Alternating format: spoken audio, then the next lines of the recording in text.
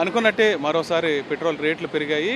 గత కొద్ది రోజులుగా పెట్రోల్ రేట్లు పెరుగుతాయనే ప్రచారం అయితే చాలా ఎక్కువగా ఉంది. ఇరాన్ అమెరికా వార్ ప్రారంభమైన దగ్గర నుంచి కూడా పెట్రోల్ డీజిల్ విషయంలో అనేక ఇబ్బందులు ఎదురయ్యాయి. ముఖ్యంగా మిడిల్ ఈస్ట్లో ఏర్పడిన పరిస్థితులతో పెట్రోల్ డీజిల్కి సంబంధించి సామాన్య ప్రజానికం కూడా ఎన్నో ఇబ్బందులు ఎదుర్కొన్నాయి. ఈ నేపథ్యంలో ఇవాళ తెల్లవారుజాము నుంచి పెట్రోల్ రేట్లు పెంచుతూ ప్రభుత్వం నిర్ణయం తీసుకుంది. పెట్రోల్ మీద ₹3.14, అదేవిధంగా డీజిల్ మీద ₹3.11 పెరుగుతుంది. ముఖ్యంగా రేట్లు పెరుగుతాయని ఊహించారు. అయితే ఇది కేవలం ఈ ₹3తోనే ఆగిపోద్దా, ఇంకా పెరుగుద్దా అనే విషయం అయితే సామాన్యులు ఇంకా మదన పడుతూనే ఉన్నారు. చెప్పండి, గత కొద్ది రోజులుగా పెట్రోల్ రేట్లు పెరుగుతాయనే ప్రచారం అయితే ఎక్కువగా ఉంది కదా, ఏం చెప్తారు? సాక్షి వారికి నమస్కారం అండి.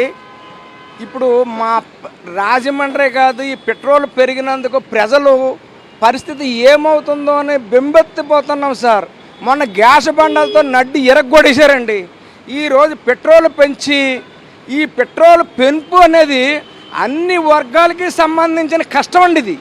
ఎందుకంటే పెట్రోల్ డీజిల్ పెరుగుదల వల్ల ఒక కూరగాయలు కానీ నిత్యావసర వస్తువులు కానీ ఎక్కడికక్కడ వెళ్ళడం కానీ ఏదైనా సరే ఒక హాస్పిటల్ వ్యవస్థకి వెళ్ళడం కానీ ప్రతి దానికి ఒక సామాన్య వ్యక్తి కానసి ధనికుడైనంటే ధనవంతుడి దాకా కూడా కష్టాలు. ధనవంతుడు తట్టుకోగలడు కానండి, ఈ బీదవాడు కట్టుకోవాలంటే ఏం చెయ్యాలా? మీరు అయ్యా మేము ఒక్క మాట చెప్తాం, సాక్షి వారు మీ ద్వారా ప్రభుత్వాలకు చెప్తున్నాం. ఐఎస్టీ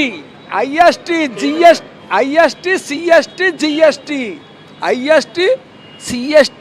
జిఎస్టీ 3 ట్యాక్సులు ఉన్నాయి. ఇప్పుడు దాకా ₹46 మన భారతదేశానికి పెట్రోల్ సప్లై అయితే ఈ ₹110 మిగిలింది. ఈ 3 ట్యాక్సుల కింద వసూలు చేసేవారు మీరు. అందులో సరిపెట్టుకోకుండా ప్రజల రక్తాన్ని తోడడం ఇది న్యాయమా? ఇది ఈ రకంగా సామాన్యులు ఎలాగ బతుకుతారు? ఒక ఆటో డ్రైవర్ ఏ రకంగా బతకాలా?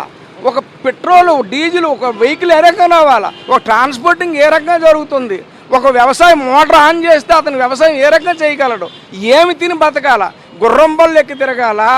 గేదిపోతు బళ్ళు పూర్వం చిన్నప్పుడు చూసాం, ఈ బళ్ళు ఎక్కి బతకాల? ఏ రకంగా మేము తిరగాల? సెలవు ఇవ్వండి ప్రభువులారా. రాష్ట్రానికైతే పెట్రోల్ రేట్లు పెరగడం మీద అయితే సామాన్యుల దగ్గర నుంచి కాస్త ఆవేదన వ్యక్తం అవుతుంది. ఇంకొంతమందితో మాట్లాడే ప్రయత్నం అయితే చేద్దాం. చెప్పండి, కొద్ది రోజుల నుంచి పెట్రోల్ చూసేదే ఉంది. యాక్చువల్గా ఎండలు ఎంత తీవ్రంగా ఉన్నాయో కూడా సామాన్య మానవుడు పరిస్థితి ఇప్పుడు అంతకన్నా కూడా ఘోరంగా ఉంది. అంటే యాక్చువల్గా కూడా 2-3 రోజులు పెట్రోల్ రేట్లే పెరుగుతాయని అనుకుంటే డీజిల్ రేట్లు కూడా పెరిగాయంటే ఈ డీజిల్ రేట్లు పెరిగినందువల్ల ట్రాన్స్పోర్ట్ భారం ఎక్కువపోయింది.